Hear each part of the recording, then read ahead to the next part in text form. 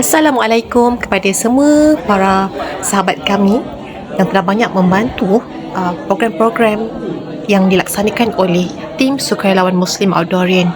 Di sini kami berkongsi dengan anda semua beberapa rakaman video yang sempat kami rakam ketika program yang dilaksanakan pada tahun lepas. Jadi insya-Allah di sini kami ingin mengajak para dermawan, sahabat-sahabat, saudara mara untuk kita sama-sama membantu anak yatim di rumah Huzai ini. Kerana program yang akan dilaksanakan bersama mereka bukanlah program satu kali, dua kali, tetapi kita akan bersama dengan mereka sampai bila-bila, insya-Allah. Untuk makluman semua, kami telah bersama dengan Rumah Kebajikan Anak Yatim Huzai ini sejak tahun 2019 lagi. Jadi, insya-Allah pada tahun ini kami berhajat untuk melaksanakan sekali lagi program rehlah bersama anak-anak yatim di lokasi luar daripada rumah kebajikan mereka.